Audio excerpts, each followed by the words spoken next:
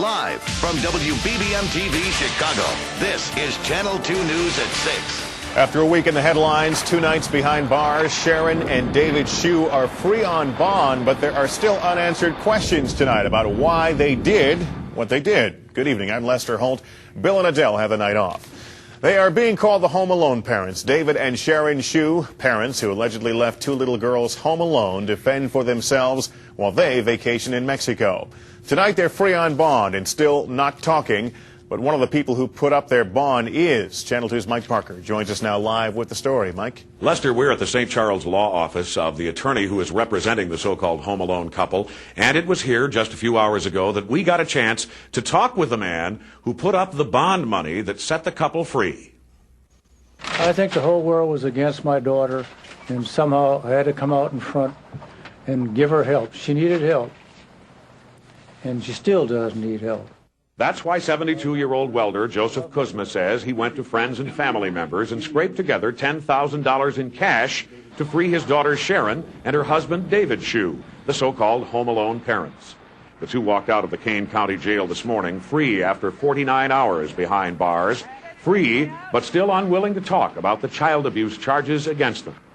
Their defense lawyer had hinted at midday that the couple would appear at a late afternoon news conference, but that never happened. It was their choice not to be here today. Of course, Mike, they're not permitted to answer questions dealing with their case right now. Earlier we've learned David Schoo had declared, "I don't want to be seen at all. I don't want to talk to anyone." Their attorney said today he planned to enter not guilty pleas to the neglect and abuse charges against the pair. Some of you have said, Mr. Keppel, how does it feel to represent the most vilified or the most hated couple in America and perhaps even the world?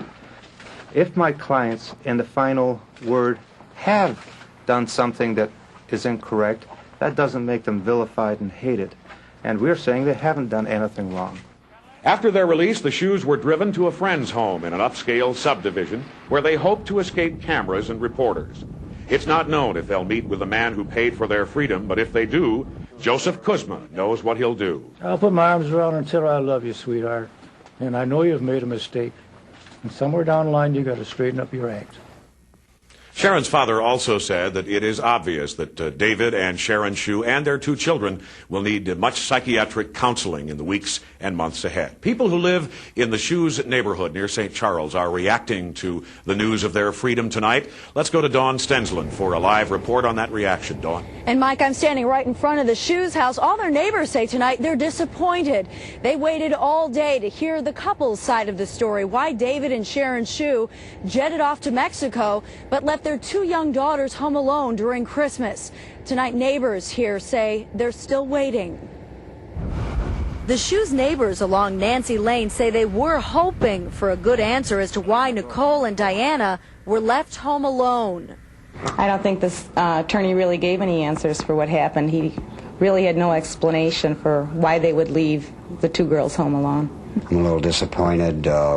They kind of promised the world that they were going to have a reason why this all took place, and I guess they still haven't come up with a good one. Connie and Bill Stadelman live right across the street from the Shoos' Tudor home. Tonight, they, like most of their neighbors, say they're critical of the Shoos and their attorney for calling a news conference but not answering reporters' key questions. We've gotten phone calls from the BBC and the London Times and Canada, just all over the world. It seems like everyone's concerned because the poor little girl's home alone at Christmas time. If he wanted the media to stop, then he should have given him an answer. Now, all the neighbors here say they're very compassionate. They say they would have babysat for the girls if only the Shoos would have told them. Tonight, they say they've been watching, and all this week, in fact, they've been watching the Shoos home here to make sure that angry people who have an angry reaction to this don't vandalize the home. Also, neighbors here are setting up a trust fund for young Nicole and Diana. Neighbors here say those 2 young girls are the real victims of this whole Home Alone escapade. I'm live, Dawn Stensland, Channel 2 News. Lester, back to you. Dawn, thank you.